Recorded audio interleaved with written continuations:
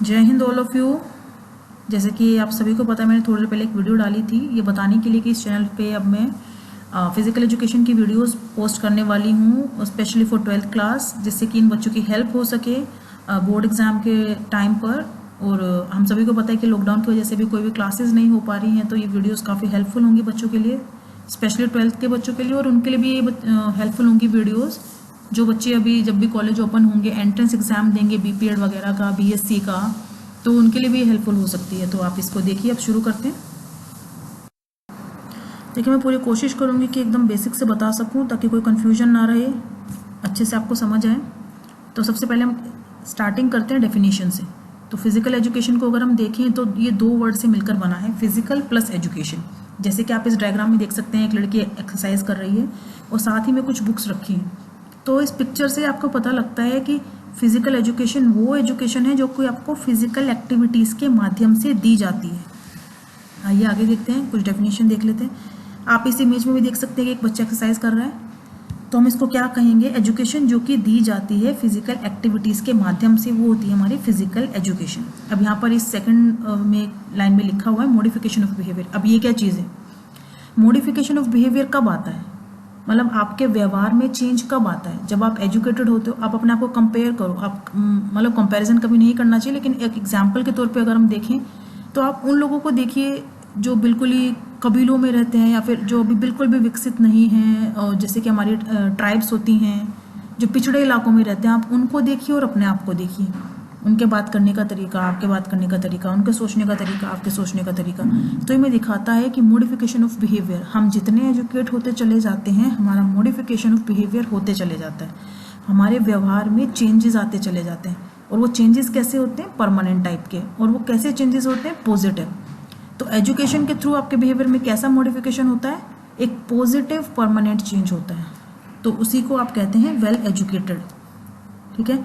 अब ये बिहेवियर में जो मॉडिफिकेशन हो रहा है किसकी वजह से हो रहा है, क्योंकि हम तो फिजिकल एजुकेशन पढ़ रहे हैं, तो फिजिकल एक्टिविटीज के थ्रू जो आपके बिहेवियर में मॉडिफिकेशंस हो रहे हैं वो है फिजिकल एजुकेशन। अब फॉर एग्जांपल हम बात करें स्पोर्ट्स की या फिजिकल एजुकेशन की, आप स्पोर्ट्स में हैं तो आप टीम वर्क सीखते हैं, आप यूनिटी सीखते हैं, आप लीडरशिप सीखते हैं, कितनी अच्छी अच्छी क्वालिटीज़ आपके बिहेवियर में आती है, तो आपके बिहेवियर में पॉजिटिव मॉडिफिकेशन होता है। तो ये भी एक तरह की एजुकेशन है, लेकिन आप ये एजुकेशन आपको किताबों के माध्यम से नहीं मिल रही है, ये एजुकेशन आपको मिल रही है खेल कूद और फिजिकल मतलब शारीरिक एक्टिविटीज़ के माध्यम से।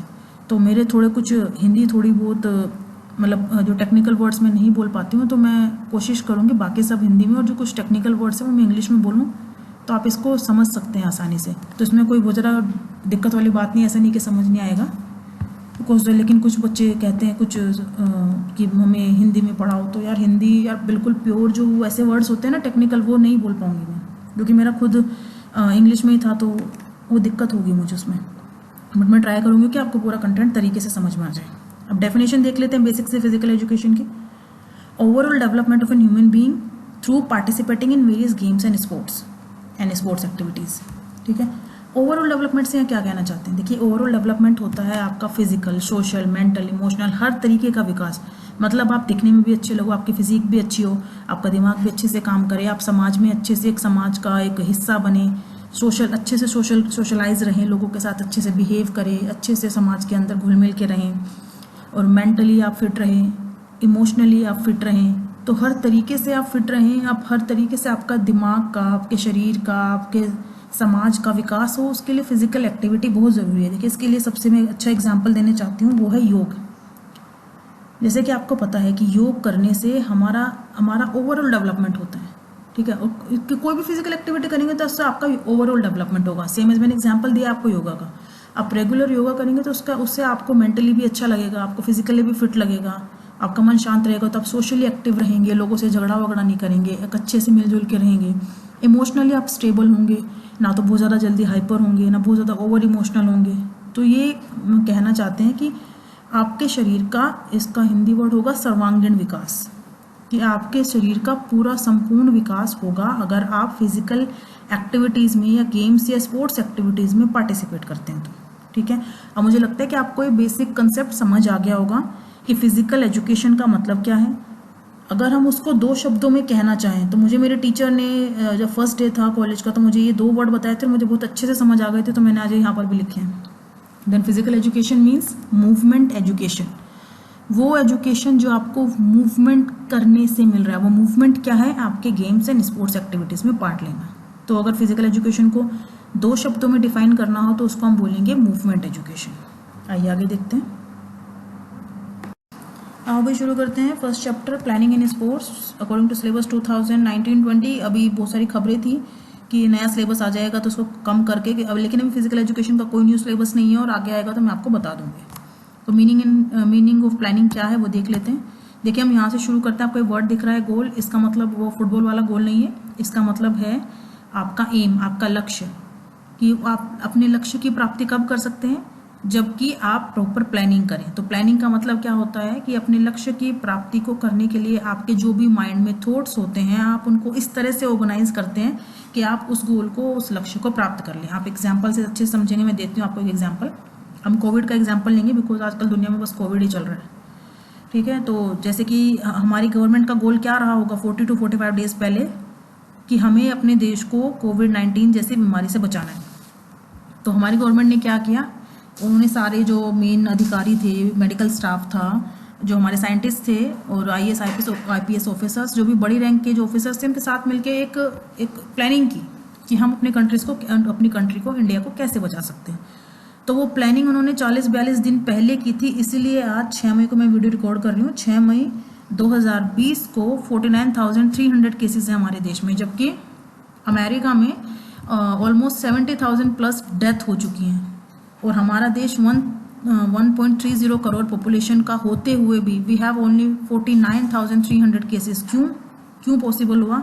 Just because of proper planning of our PM, our government, ठीक है। तो ये होता है प्लानिंग। मैं किसी की तारीफ या बुराई नहीं कर रही हूँ, मैं बस आपको एग्जाम्पल दे रही हूँ कि अगर हमारी गवर्नमेंट ने टाइमली डिसीजन नहीं लिया होता तो आज के टाइम पे बहुत सारे पेशेंट्स हमारे यहाँ पर भी हो सकते थे। आइए अभी कुछ क्वेश्चन का आप आंसर देंगे तो आपको प्लानिंग बिल्कुल क्लियर हो जाएगा। देखो, what is to be done, पहला क्वेश्चन। प्लानिंग में सबसे पहली चीज आती है क्या करे, क्या करना क्या है हमें। तो ये पहली चीज, अगर ये कोविड वाले एग्जाम्पल हम कंटिन्यू करते हैं, करना क्या है, हमारी गवर्नमेंट को क्या करना था, उनको क्या करना है, उनको उसको कोविड को फैलने से रोकना है। ये पहला हमारी प्लानिंग का पहला स्टेप है। अगला देखते हैं, वेयर इज टू, करना कहाँ है। अब भैया इंडियन गवर्नमेंट है तो इंडिया में ही करेगी, अब पाकिस्तान जाके तो कोविड रोकेगी नहीं, ठीक है। Third, when is to be done. ये एक जो आज की कंडीशन है इसमें सबसे इंपॉर्टेंट ये चीज़ है, कब करना है। हमारी गवर्नमेंट ने टाइमली कर दिया था, इसलिए आज हम काफ़ी हद तक इसको कंटेन करने में हम सक्सेसफुल रहे हैं। तो when is to be performed हो गया।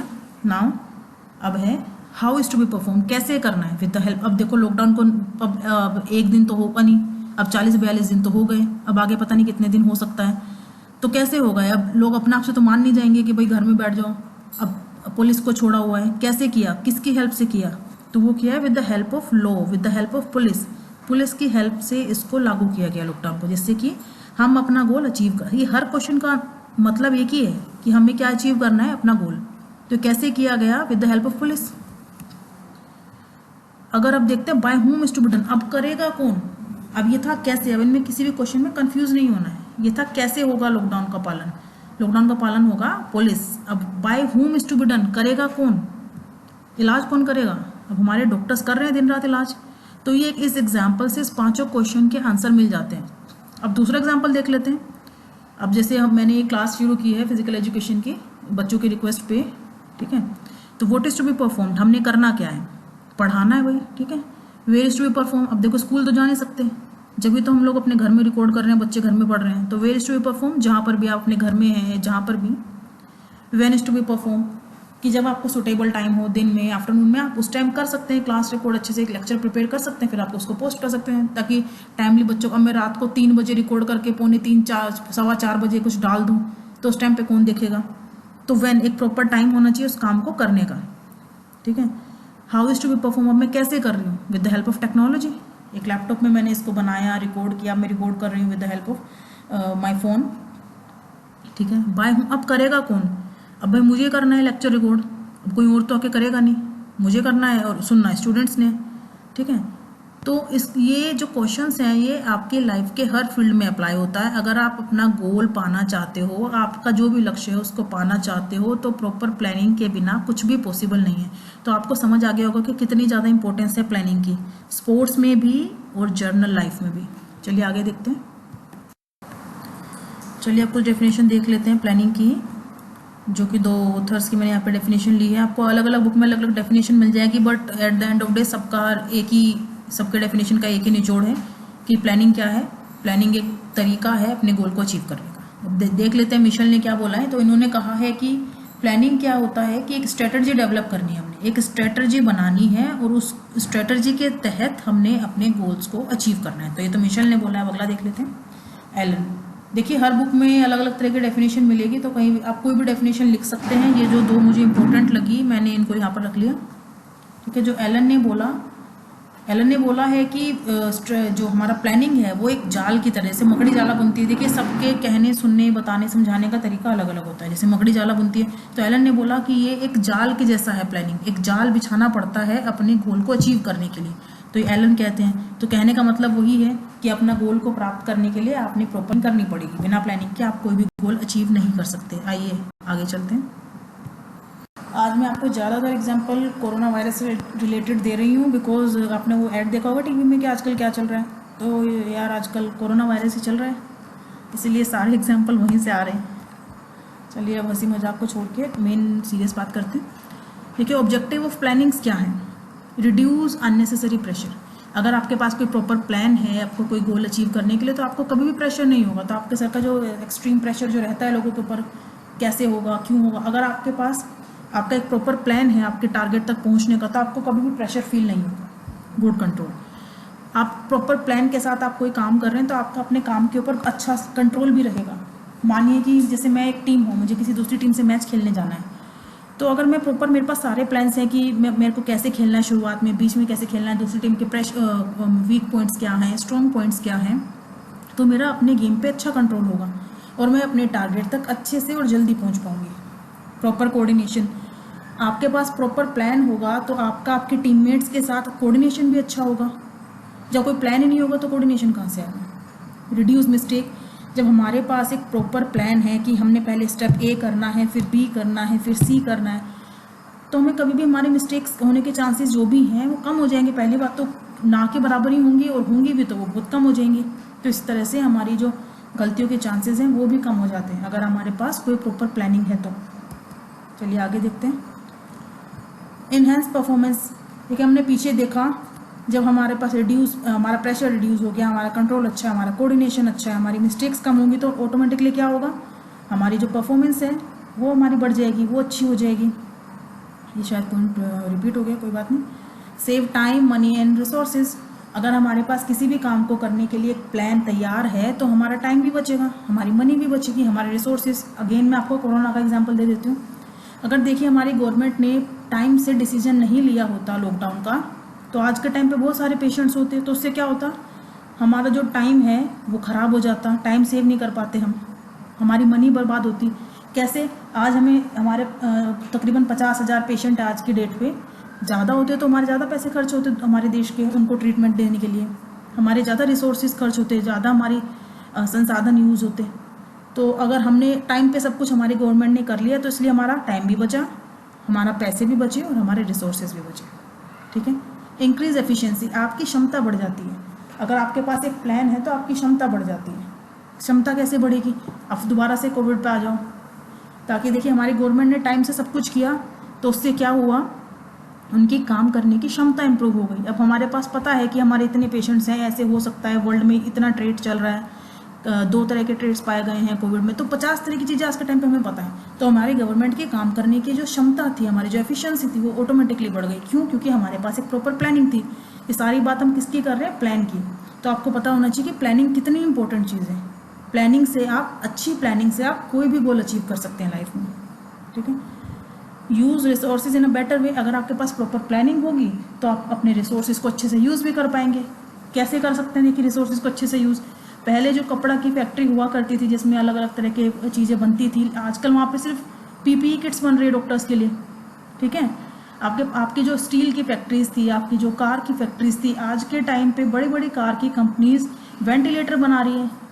तो आपके पास प्लानिंग थी, हमें दूसरे देशों के मुकाबले 2-3 हफ्ते ज़्यादा मिले, तो हमारे कंट्री ने रिसोर्सेज को अच्छे से यूज़ करना सीख लिया। तो at the end of day सारी राम कथा का डिसीजन ये है, कंक्लूजन ये है कि हमारी प्लानिंग अगर अच्छी होगी तो हम कोई भी गोल अचीव कर सकते हैं। नेक्स्ट, अब देखिए प्लानिंग तो है ही है, और उन प्लानिंग को कोई लागू भी तो करेगा, कोई करेगा भी तो, उसको ऑन फील्ड भी तो करेगा। देखिए हमने ऑन पेपर मैंने एक प्लानिंग बना ली कि ठीक है आज हम ये चैप्टर्स कर लेंगे, फिर हमारा एग्जाम इस दिन होगा, उस दिन हमारा रिजल्ट आ जाएगा तो हम 100% लेंगे। पर कैसे, इस जो भी प्लान मैंने बनाया है उसको ऑन फील्ड रियल में कोई तो करेगा ना, कोई तो ऐसी बॉडी होगी जो उसको एग्जीक्यूट करेगी। तो वो होती हैं हमारी कमेटीज़। कुछ कमेटीज़ बनती है, आपने सभी न्यूज़ में सुना होगा कि फलाना कमेटी की रिपोर्ट आई है, ढिमकाना कमेटी की रिपोर्ट आई है। तो वो जो भी हम प्लानिंग करते हैं उस प्लानिंग को ग्राउंड का मतलब ये नहीं होता खेल का मैदान, मतलब कि असलियत में, असल लाइफ में कोई ना कोई कमेटी उसको, उस प्लानिंग को लागू करती है। आप देखिए हम कमेटीज़ पढ़ लेते क्या है, कमेटी क्या होता है। कमेटी होता है कि एक बॉडी मान लीजिए इसको, जो कि सिस्टमेटिक तरीके से ऑर्गेनाइज करती है कोई भी इवेंट। अब हम फिजिकल एजुकेशन पढ़ रहे हैं तो इसलिए हमने यहाँ पर स्पोर्ट्स इवेंट लिखा है, ठीक है। तो कमेटी क्या हो गई हमारी, कमेटी वो हो गई जो किसी भी इवेंट, किसी भी काम को सिस्टमेटिक तरीके से कंडक्ट कराती है, ठीक है। और एक और देख लेते हैं कमेटी के बारे में। कमेटी क्या होती है, रिस्पॉन्सिबल होती है सक्सेसफुल कंपटीशन के लिए, क्योंकि हम फिजिकल एजुकेशन पढ़ रहे हैं तो यहाँ पर सक्सेसफुल कंपटीशन या कोई भी कंपटीशन ले लीजिए, जब तक कोई कमेटी नहीं होगी जब तक आप कोई श्योरिटी नहीं ले सकते कि ये कंपटीशन सक्सेसफुल होगा या नहीं। क्यों, वो आगे देखते हैं। देखिए भाई, पहले हमें ये समझने की ज़रूरत है कि कितने टाइप की बेसिक कितने तरह की कमेटीज़ होती हैं और उनके काम क्या हैं, और फिर हम समझेंगे कि जो पॉइंट मैंने आपको बताया है कि बिना कमेटी के कोई भी कॉम्पिटिशन सक्सेसफुल क्यों नहीं हो सकता है, मैं आपको बाद में बताऊँगी। आइए फिर देखते हैं हमारी कमेटीज़ के बारे में देख लेते हैं। देखिए, एक होता है एडमिनिस्ट्रेटिव डायरेक्टर। इसको आप इस तरह से लीजिए। देखो क्रिकेट मुझे लगता है कि सभी लोग देखते होंगे और मोस्टली सबको पता होगा क्रिकेट के बारे में, तो यहाँ पर मैं क्रिकेट का एग्जाम्पल लेना चाहूँगी। तो देखिए कमेटीज़ में सबसे पहले आता है एडमिनिस्ट्रेटिव डायरेक्टर। इसको आप हेड मान लीजिए एक तरह से। तो मैंने आपको बोला था मैं क्रिकेट का इसमें एग्जाम्पल लूँगी, तो क्रिकेट का एग्जाम्पल मैं आप एक सेकंड के लिए सोचिए कि BCCI जैसे हमारा IPL होता है अप्रैल में, हर साल होता है, इस बार नहीं हुआ कोरोना के चक्कर में, वो हुआ थोड़े बहुत दिन बाद शायद हो जाए। तो मान लीजिए कि सौरव गांगुली जो है वो एडमिनिस्ट्रेटिव डायरेक्टर है, मतलब वो हेड है एक ऑर्गेनाइजेशन के, वो BCCI के इस टाइम हेड है, ठीक है, मान लेते हैं। अब उन्होंने एक प्लान बनाया कि भैया IPL कराना है हमें, क्योंकि अभी तक वो रिपोर्ट आई थी सितंबर अक्टूबर में, हो भी सकता है सर, ठीक है। अब वो प्लान उन्होंने एक बना ली, प्लानिंग कर ली, लेकिन वो अकेले तो सब कुछ नहीं कर सकते। ऐसा तो नहीं हो सकता सौरव गांगुली लेने जा रहे हैं प्लेयर को बस से, फिर सौरव गांगुली उसके लिए ब्रेकफास्ट लेके आ रहे हैं, फिर गांगुली उसको ग्राउंड तक छोड़ के आ रहे हैं, गांगुली फिर सारा ग्राउंड भी ठीक कर रहे हैं, स्कोर बोर्ड भी चला रहे हैं। तो एक आदमी तो सब कुछ नहीं कर सकता। तो उसके लिए क्या होगा, एग्जीक्यूटिव कमेटी बनाई जाएगी। सौरव गांगुली ने बोला इस साल का IPL सितंबर अक्टूबर में हो भी सकता है, तो वो क्या करेगा, एग्जीक्यूटिव कमेटी बनाएगा। एग्जीक्यूटिव कमेटी वो होती है जो रियल सिचुएशन में काम करती है जाके। देखो हेड ने ऑर्डर दे दिया कि जाओ ये काम करना है, तो एग्जीक्यूटिव कमेटी क्या करेगी, उसको काम करेगी, वो काम, उसको जो ऑर्डर्स मिले हैं वो उसको अब एग्जीक्यूट करेगी, ठीक है। अब ये भी अकेला नहीं कर सकता। मान लो सौरव गांगुली ने बोल दिया एक पर्सन को कि आप जाइए ये सब काम आपने करने हैं, अभी अकेला तो नहीं करेगा एग्जीक्यूटिव कमेटी। मान लीजिए इसमें 4-5 लोग हैं, अब ये सारे काम तो नहीं संभाल सकते, दुनिया भर के काम होते हैं कि इवेंट कराने में स्पोर्ट्स की। अब ये क्या करेगी एग्जीक्यूटिव कमेटी, ये अपने नीचे एक ऑर्गेनाइजिंग कमेटी बनाएगी। देखो जैसे कि वर्ड से ही समझ आ रहा है ऑर्गेनाइजिंग का मतलब जो किसी चीज़ को ऑर्गेनाइज कर रहा है, करवा रहा है कोई काम। अब हम यहाँ पे बात कर रहे हैं स्पोर्ट्स की, कि हमने एग्जाम्पल ले रहे हैं IPL का, ठीक है। तो इसको मान लीजिए सौरव गांगुली एडमिनिस्ट्रेटिव डायरेक्टर, इन्होंने कहा अपनी एग्जीक्यूटिव कमेटी को कि आप तैयारी कीजिए सितंबर अक्टूबर 2020 में IPL कराने की, ठीक है। अब ये लोग अकेले तो नहीं कर पाएंगे, कमेटी में कितने 5-7 लोग होंगे, 10-15 मान लीजिए, वो सारे काम तो नहीं देख सकते। उन्होंने क्या किया, एक ऑर्गेनाइजिंग कमेटी बना दी। अब वो देखेगी कि हमने क्या क्या करना है, और ये ऑर्गेनाइजिंग कमेटी एग्जीक्यूटिव को रिपोर्ट देगी, एग्जीक्यूटिव कमेटी एडमिनिस्ट्रेटिव को रिपोर्ट देगा सीधा हेड को कि भाई क्या चल रहा है। अब ये ऑर्गेनाइजिंग कमेटी भी डिफरेंट कमेटीज़ में डिवाइड होती है। अब ये देखते हैं पर्टिकुलरली इसका क्या काम होता है। तो ये छोटी ये ऑर्गेनाइजिंग कमेटी भी छोटी कमेटीज़ में डिवाइडेड होती है। तो इसमें से जो पहली है वो है पब्लिसिटी कमेटी। अब जैसे नाम से ही पता चल रहा है कि पब्लिसिटी कमेटी है, तो इसका काम क्या है। मान लीजिए आईपीएल का हम बात कर रहे हैं, आईपीएल का एग्जांपल ले रहे हैं, तो इसका काम ये है कि आईपीएल शुरू होने वाला है, तो ये देखिए आपको इस इमेज से पता लग रहा है फेसबुक पे, इंस्टाग्राम वगैरह और अलग अलग मीडियम से ये पब्लिसिटी करेगी कि भाई आईपीएल होने वाला है, ताकि पब्लिक को पता लगे, ज़्यादा से ज़्यादा पब्लिक को पता लगे, ताकि ज़्यादा से ज़्यादा लोग देखें और उससे जो पैसा बनेगा वो बोर्ड के पास जाए। ठीक है, तो पब्लिसिटी का नाम से पता चल रहा है कि इस कमेटी का काम है किसी भी टूर्नामेंट जो कि करवाया जा रहा है, वो किसी भी गेम का हो सकता है, हॉकी का, फुटबॉल का, जैसे अभी खेलो इंडिया का है, तो पहले से पहले प्रमोशन शुरू हो जाता है कि इस दिन से शुरू होने वाला है, इस चैनल पे आएगा। तो इसी तरह से पब्लिसिटी कमेटी का काम होता है उस पर्टिकुलर टूर्नामेंट को, उसके बारे में पब्लिक को बताना, उसकी पब्लिसिटी करना, ताकि ज़्यादा से ज़्यादा लोग उसको देखने आए। सेकंड, जैसे आपको ये सेकंड से नाम से पता लग रहा है, बोर्डिंग एंड लोडिंग कमेटी, इसका काम क्या है। इसका काम है जो भी खिलाड़ी उस टूर्नामेंट में खेलने आएंगे, जैसे आपको इसके नीचे इमेज बनी हुई है बिस्तर, तो ये किस लिए होता है, सोने के काम आता है। तो जैसे कि इस कमेटी का काम क्या होगा, इस कमेटी के लोगों का काम होगा जितने भी खिलाड़ी, जितनी भी टीम्स आएंगी, उनके रहने खाने की व्यवस्था करना। अब ऐसा तो होगा नहीं कि भाई चलो वही गेम मैच खेला आज के आज एक टूर्नामेंट खत्म हो जाएगा। अब आईपीएल जैसा टूर्नामेंट, वर्ल्ड कप हो गया, वर्ल्ड चैंपियनशिप हो गई, लीग्स हो गई जो बड़ी बड़ी होती हैं, वो महीने महीने भी चलती है, 1.5 महीने भी चलती है। अब वो 1-1.5 महीने के लिए बंदा ग्राउंड पे तो रहेगा नहीं। जैसे हमारे यहाँ पे कई बार जूनियर लेवल पे होता है कि भाई हाँ शाम को मैच खेला, ग्राउंड पे रुक जाओ, सुबह अपने घर निकलो। तो यहाँ पर क्या होगा, खिलाड़ियों के रहने की प्रॉपर फैसिलिटी प्रोवाइड करने का काम है इस कमेटी का। नाउ अगली पे आ जाओ, रिसेप्शन कमेटी। अब जैसे आपने देखा होगा बड़े बड़े टूर्नामेंट्स जो होते हैं वहाँ पर एक रिसेप्शन कमेटी होती है, जिसके अंदर इवन हर टूर्नामेंट में एक रिसेप्शन कमेटी होती है, जहाँ पर आके आप इसे आपने हमेशा सुना होगा, जैसे आपको कोई प्रॉब्लम आ जाए, आप मैच खेलने गए हुए कहीं पर भी, किसी से कुछ पूछना है, कुछ भी इंक्वायरी आपको करनी है, आप कहाँ जाएंगे, सीधा रिसेप्शन पे जाके। सब आपको यही बोलते हैं कि आप रिसेप्शन पे जाइए, वहाँ से पता कीजिए आप कौन सी टीम में कौन सी टीम के अगेंस्ट आपका मैच है, कहाँ आपको रुकना है, क्या करना है, ये सारा काम रिसेप्शन कमेटी करती है। कि आपको सारी इन्फॉर्मेशन प्रोवाइड कराने का काम होता है रिसेप्शन कमेटी का। और इवन आप जो जितने भी प्लेयर्स होते हैं उनकी रिसीविंग का काम भी होता है रिसेप्शन कमेटी का। तो ये सारा कुछ संभालती है टूर्नामेंट के टाइम पे कि कहाँ पर किसको कौन सी हेल्प चाहिए, वो सारा देख रेख करती है रिसेप्शन कमेटी। और देख लेते हैं कौन कौन सी कमेटीज़ हैं। आप ये देखिए, जैसे कि यहाँ आप देख सकते डेकोरेशन एंड सेरेमनी कमेटी। अब डेकोरेशन की क्या ज़रूरत है, आपको भी टूर्नामेंट कराते हैं, आपने देखा होगा ओलंपिक है या बड़े बड़े टूर्नामेंट हैं, हम आईपीएल का एग्जांपल पहले ही मैं आपको दे चुकी हूँ। तो उसकी जो ओपनिंग होती है या सेरेमनी होती है कितनी ज़्यादा अच्छी और खूबसूरत और कितनी बड़ी होती है। जब ओलंपिक आपने देखा होगा कितने बड़े बड़े आर्टिस्ट वहाँ के परफॉर्म करते हैं, कितनी सजावट वहाँ पर होती है। तो ये होती है डेकोरेशन और सेरेमनी कमेटी का काम, उस चीज़ को सजाना। जैसे कि आप इमेज में भी देख सकते हैं, इवन आपके यहाँ भी स्कूल कॉलेजेस में छोटे से छोटा फंक्शन होता है, स्पोर्ट्स इवेंट्स होती हैं, तो उसको भी डेकोरेट किया जाता है ताकि वो अच्छा लगे, खेलने में जो देखने में भी अच्छा लगे और खिलाड़ियों का भी उससे उत्साहवर्धन हो। ठीक है, नेक्स्ट ट्रांसपोर्टेशन। अब ये ट्रांसपोर्टेशन कमेटी क्या करेगी, प्लेयर्स को होटल्स तक लेके जाना, ग्राउंड्स तक लेके जाना, फिर अगर जब टूर्नामेंट खत्म होने से पहले वो आते हैं उनको रिसीव करना, टूर्नामेंट खत्म होने के बाद उनको लेके, तो जितना भी ट्रैवलिंग का काम होता है वो इस कमेटी का होता है। ठीक है, जैसे हम इमेज में देख सकते हैं, बसेस, प्लेन एंड एक्सेट्रा।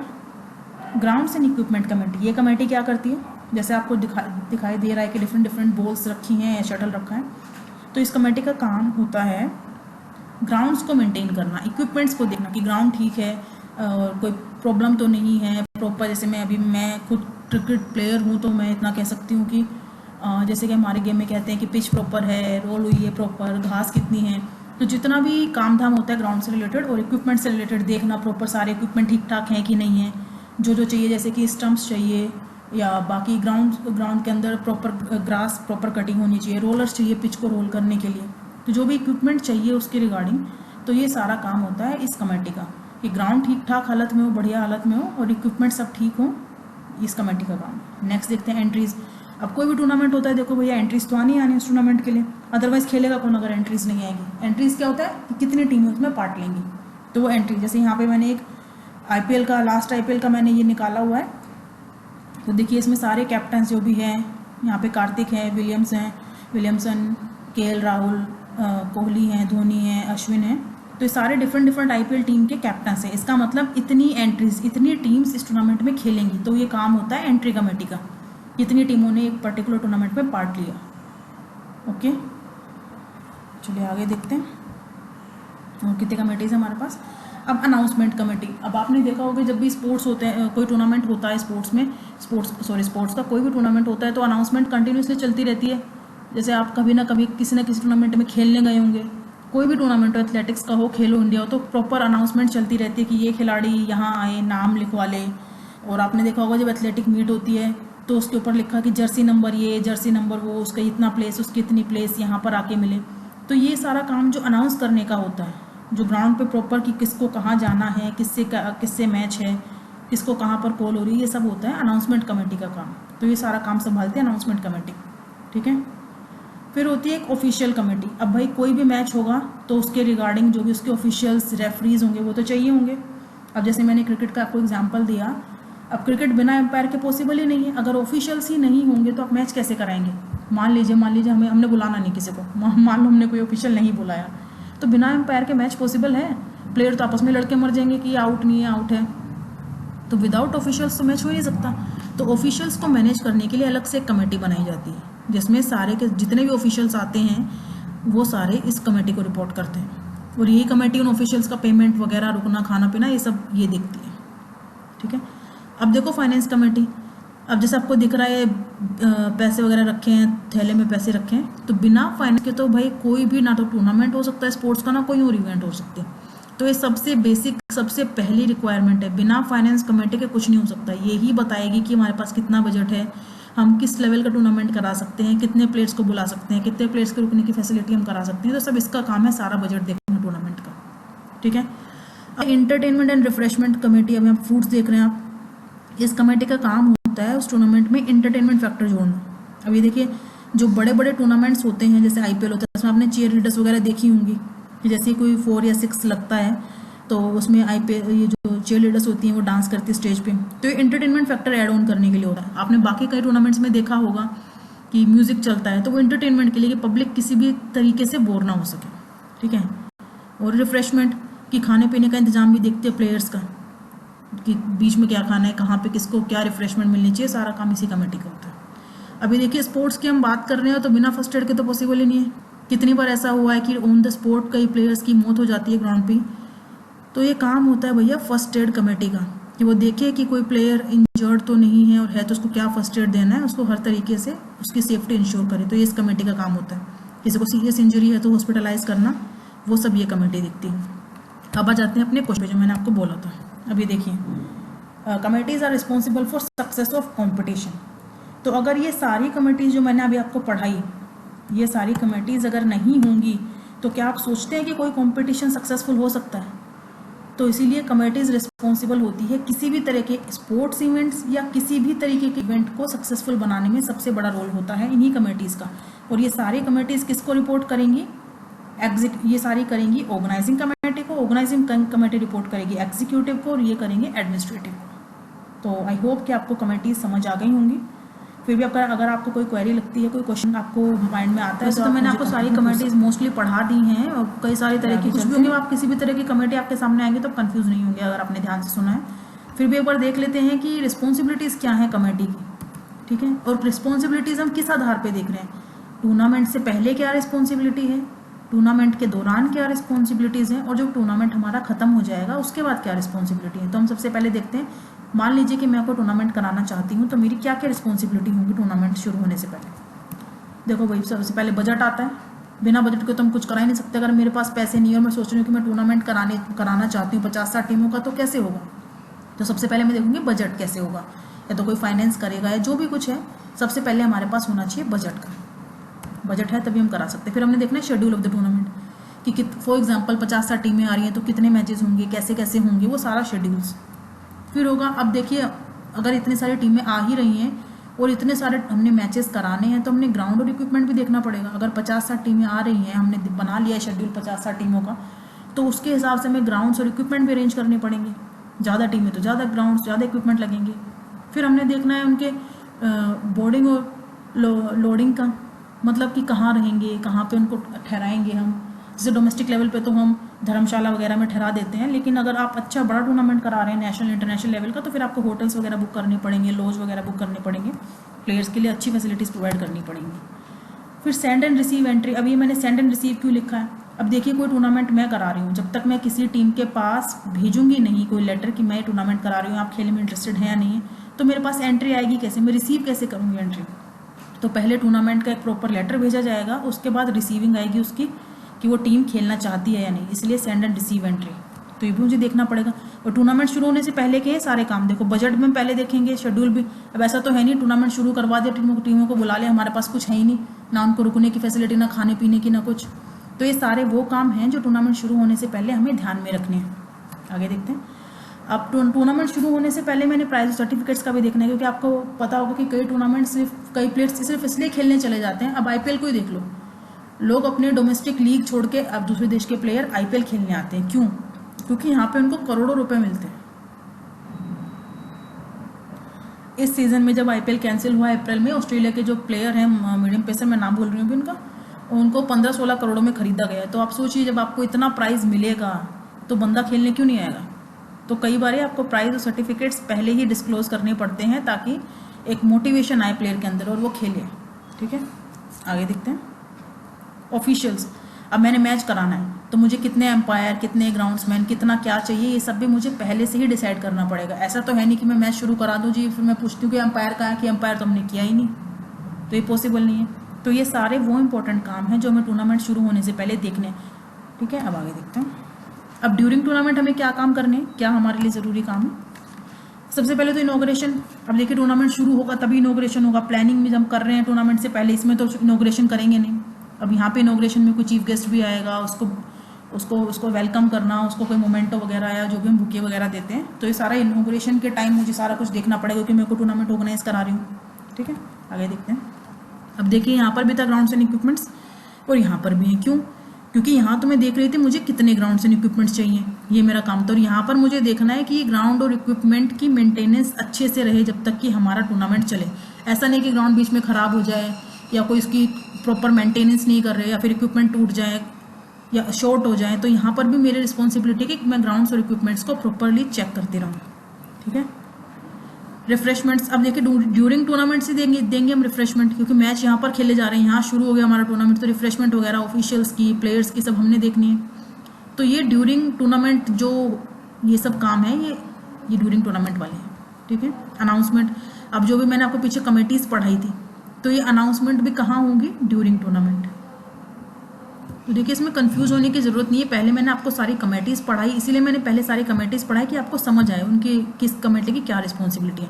और अब मैं आपको बता रही हूँ कि रिस्पॉन्सिबिलिटीज़ क्या हैं कमेटीज़ की, टूर्नामेंट से पहले, टूर्नामेंट के बीच में मतलब दौरान, और टूर्नामेंट के बाद में। बाकी देखते हैं। First aid. अब जब यहाँ पर ड्यूरिंग टूर्नामेंट है, मैचेस चल रहे हैं, तो यहीं पर तो चोट लगेगी, ना पहले लगेगी ना बाद में लगेगी, इवन बाद में हो भी सकती है लेकिन पहले तो नहीं लगेगी। आगे देखते हैं। अब रिकॉर्ड कमेटी भी, यहाँ पे रिकॉर्ड का भी काम है। अब रिकॉर्ड से आप क्या समझते हैं कि किस प्लेयर ने कितने रन्स बनाए, या किस प्लेयर ने कितने गोल मारे, किस प्लेयर ने कितना बास्केट किया, कहाँ पे क्या क्या चल रहा है, स्कोरिंग क्या है। तो ये सारे रिकॉर्ड्स रखना भी इस ड्यूरिंग टूर्नामेंट का ही काम है। कि टूर्नामेंट के दौरान ही तो रिकॉर्ड रखेंगे जब टूर्नामेंट चल रहा है। Information to media. अब टूर्नामेंट के दौरान ही, अब देखिए मान लीजिए इस टाइम आईपीएल नहीं चल रहा है, अगर आईपीएल चलता या चलेगा तभी तो हम बोलेंगे कि इस प्लेयर ने इतने रन बनाए, आज ये वाली टीम जीत गई, इसका बेस्ट परफॉर्मेंस था, तो ये मीडिया को बताएंगे। तो कब बताएंगे? जब हमारा ड्यूरिंग टूर्नामेंट हमारा मैचेस चल रहे होंगे। आगे देखते हैं। अब देखिए डिसिप्लिन बहुत इंपॉर्टेंट है। अब डिसिप्लिन भी देखेंगे। डिसिप्लिन कब देखेंगे? ड्यूरिंग, क्योंकि जब कोई काम हो रहा है तभी तो डिसिप्लिन देखेंगे। यहाँ तो सिर्फ प्लानिंग बन रही है प्री में, तो ये सब प्लान हो रहा है कि ये सब करना है, लेकिन यहाँ पर एक्चुअल काम हो रहा है, तो इसलिए डिसिप्लिन कमेटी, डिसिप्लिन यहाँ पर काम लेगा। ठीक है, ऑफिशियल देखिए यहाँ पर भी ऑफिशियल था, यहाँ पर भी था। तो एक जो ये रिस्पॉन्सिबिलिटी है एक से ज़्यादा ग्रुप में हो सकती है, यहाँ भी हो सकती है, यहाँ भी हो सकती है, यहाँ भी हो सकती है। यहाँ पर हमने ऑफिशियल्स की लिस्ट बनाई थी, जो ऑफिशियल कमेटी ने कितने आएंगे, कैसे आएंगे। यहाँ पर ऑफिशियल्स का डे टू डे का, उनका पेमेंट, उनका रुकना, सारा कुछ देखना, कौन से ऑफिशियल कौन से ग्राउंड पे जाएगा, कौन सा ऑफिशियल कौन से मैचेस कराएगा, प्रॉपर प्लानिंग बनाना, ड्यूरिंग टूर्नामेंट भी चलता रहेगा। आगे देखते हैं। अब पोस्ट टूर्नामेंट क्या रिस्पॉन्सिबिलिटीज़ हो सकती है कमेटी की? तो देखिए कमेटी की मैं रिस्पॉन्सिबिलिटीज़ पढ़ा रही हूँ, दोबारा बता दूँ कि प्री टूर्नामेंट क्या रिस्पॉन्सिबिलिटी होंगी कमेटीज़ की, वो कमेटी जो मैंने आपको पिछले वाले स्लाइड में पढ़ाई है। ड्यूरिंग टूर्नामेंट क्या होंगी, और इस टाइम जब मान लीजिए आपका टूर्नामेंट अब खत्म हो गया, अब कमेटीज़ की क्या क्या रिस्पॉन्सिबिलिटीज़ होंगी। तो चीफ गेस्ट, अब देखिए कोई ना कोई चीफ गेस्ट हम फाइनल मैच में बिल्कुल आखिरी में बुलाते हैं।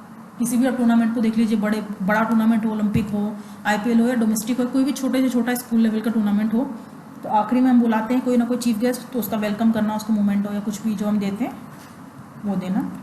फिर क्या है, अभी देखिए प्राइज़ एंड सर्टिफिकेट यहाँ पर भी था। यहाँ पर हम बना रहे थे कितना प्राइज़ रखें, क्या लें, कितने सर्टिफिकेट होने चाहिए। यहाँ पर हमने डिस्ट्रीब्यूशन करना है प्राइज़ और सर्टिफिकेट्स का, ठीक है। इन्फॉर्मेशन टू मीडिया, यहाँ पर भी था इन्फॉर्मेशन टू मीडिया, यहाँ पर भी ड्यूरिंग भी देंगे कि कौन कैसे कैसे कर रहा है। पोस्ट टूर्नामेंट क्या होगा, टूर्नामेंट खत्म हो गया तो हमें मीडिया को बताना पड़ेगा कि ओवरऑल फाइनल किसने जीता, कौन टूर्नामेंट का विनर है। तो यहाँ पर भी ये कमेटी काम करेगी, ठीक है। प्रिपेयर रिकॉर्ड यहाँ पर भी था, रिकॉर्ड यहाँ पर भी है। ये ड्यूरिंग टूर्नामेंट कौन सी टीम क्या कर रही है, टूर्नामेंट खत्म हो चुका है तो जो फाइनल रिकॉर्ड्स होंगे वो ये रिकॉर्ड कमेटी देखेंगे। आगे देखते हैं पेमेंट्स। अब ये सबसे इम्पोर्टेंट है, क्यों भैया, जो आपने यहाँ पर जो प्रॉमिस किया था प्राइज़ देने का वो दोगे भी यहाँ पे। तो जितनी भी पेमेंट्स हैं ऑफिशियल्स की, प्लेयर्स की, जो जीता है उसकी, ये पेमेंट कमेटी सारा देखेगी और सबकी पेमेंट्स देगी, ठीक है। एक्सपेंडिचर कमेटी होती है, वो क्या देखेगी कि यहाँ पर एक बजट कमेटी थी, यहाँ पर हम अनुमान लगाते हैं कि इस टूर्नामेंट में हमारा तकरीबन इतना खर्चा हो जाएगा, लेकिन अब टूर्नामेंट खत्म हो गया। अब ये एक्सपेंडिचर कमेटी बैठेगी और ये देखेगी कि टोटल हमारा कितना खर्चा एक्चुअल में हुआ है। ये तो प्लानिंग ही थी, ये एक्चुअल है, क्योंकि कई बारी क्या मोस्टली जो एक्सपेंडिचर होता है प्लानिंग से थोड़ा बहुत ऊपर हो ही जाता है। तो ये एक्सपेंडिचर कमेटी सारा देखेगी, क्योंकि होपफुली इस स्लाइड के बाद आपको कमेटीज़ अच्छे से समझ में आ जाएंगी। तो हम देख लेते हैं प्री टूर्नामेंट कौन कौन सी कमेटी एक्टिव होगी। जैसे मैंने आपको सबसे पहले पढ़ाया था कितनी कमेटीज़ होती हैं और उनके क्या क्या काम है। फिर मैंने पढ़ाया कि इनकी रिस्पॉन्सिबिलिटीज़ क्या हैं टूर्नामेंट के पहले, दौरान और बाद में। अब मैं आपको दोबारा से बताने जा रही हूँ अलग तरीके से कि कौन कौन सी कमेटीज़ टूर्नामेंट के पहले काम करती हैं, दौरान काम करती हैं और बाद में।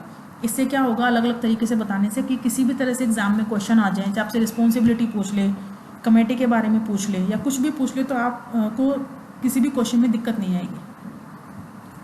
तो आइए देखते हैं जल्दी जल्दी, क्योंकि मैं सारा आपको बता ही चुकी हूँ। पहले ऑर्गेनाइजिंग कमेटी, इसका काम होता है आपको पता ही है, सब कुछ ऑर्गेनाइज करना, देखना। फाइनेंस कमेटी ये सारा बजट देखती है, पैसा देखती है कितना लगेगा कैसे, क्योंकि ये सारा हम क्या पढ़ रहे हैं टूर्नामेंट शुरू होने से पहले कौन कौन से कमेटी। पब्लिसिटी कमेटी ये सारा कुछ बताएगी। मान लीजिए अगर अभी सितंबर वगैरह में आईपीएल शुरू होने की उम्मीद हुई तो जुलाई से टीवी में ऐड आनी शुरू हो जाएंगी, रेडियो पे, टीवी में। तो ये पब्लिसिटी कमेटी का काम होता है उस टूर्नामेंट की पब्लिसिटी करना ज़्यादा से ज़्यादा, जिससे कि पब्लिक ज़्यादा से ज़्यादा उसको देखे। Next, decoration and ceremony committee, इसका काम क्या है, ये देखेगी कि जब भी हमारी ओपनिंग होगी या क्लोजिंग होगी तो वो कितनी अच्छी तरीके से हो, दिखने में भी अच्छी लगे, प्रॉपर डेकोरेशन हो, सजावट हो। जैसे कि आप ओलंपिक्स वगैरह में देखते हैं कि कितनी बड़ी बड़ी कितनी भव्य सेरेमनी होती है। एंट्री कमेटी ये देखेगी कितनी टीम्स आ रही हैं आपके टूर्नामेंट में खेलने के लिए, पार्ट लेने के लिए।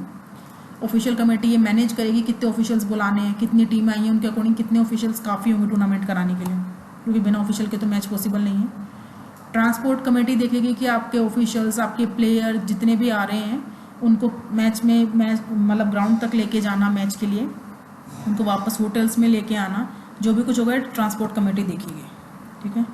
बोर्डिंग और लोडिंग कमेटी क्या देखेगी, यह आपका देखेगी रहने सहने का, कि आप कितने प्लेयर आ रहे हैं, कितनी टीम है, कितने ऑफिशियल्स हैं, कितने लोग आए हैं टूर्नामेंट खेलने, तो उन सबके रहने का इंतजाम ये कमेटी करेगी। आगे देख लेते हैं जल्दी से ड्यूरिंग टूर्नामेंट कौन कौन सी कमेटी काम करती है भाई। अनाउंसमेंट में आपको पहले ही बता चुकी हूँ कि कोई भी ग्राउंड पे कोई भी टूर्नामेंट चलता है तो ग्राउंड पे कंटिन्यूसली अनाउंसमेंट चलती रहती है कि आपने देखा होगा, आप कभी खेलने गए होंगे आप में से बहुत सारे लोग, तो कंटिन्यूसली अनाउंसमेंट चलती रहती है कि इस टीम का मैच अब इसके साथ है, या ये टीम जीत गई है, अब इसका मैच इस दिन है, इस तारीख को है, या आप टेबल नंबर इस पर आएँ, यहाँ से आप अपने लिस्ट लेके जाएँ। तो ये होती है अनाउंसमेंट कमेटी जो कंटिन्यू अनाउंसमेंट करती रहती है टूर्नामेंट के टाइम। अब देखिए ग्राउंड इक्विपमेंट, अब ये ग्राउंड इक्विपमेंट मैंने यहाँ क्यों नहीं लिखा, क्योंकि भैया जगह कम पड़ गई थी। तो कई कमेटीज़ ऐसी होती हैं जो कि तीनों में काम करेंगी, यहाँ पर भी, यहाँ पर भी, यहाँ पर भी। फाइनेंस भी तीनों में काम करेगा, ठीक है। अब जैसे पब्लिसिटी है, यहाँ तो पब्लिसिटी नहीं होगी, यहाँ पे नहीं होगी, तो सारी पब्लिसिटी आपको पहले करनी पड़ेगी। यहाँ पे तो आप सिर्फ बता सकते हो कि टूर्नामेंट में चल क्या रहा है, ठीक है।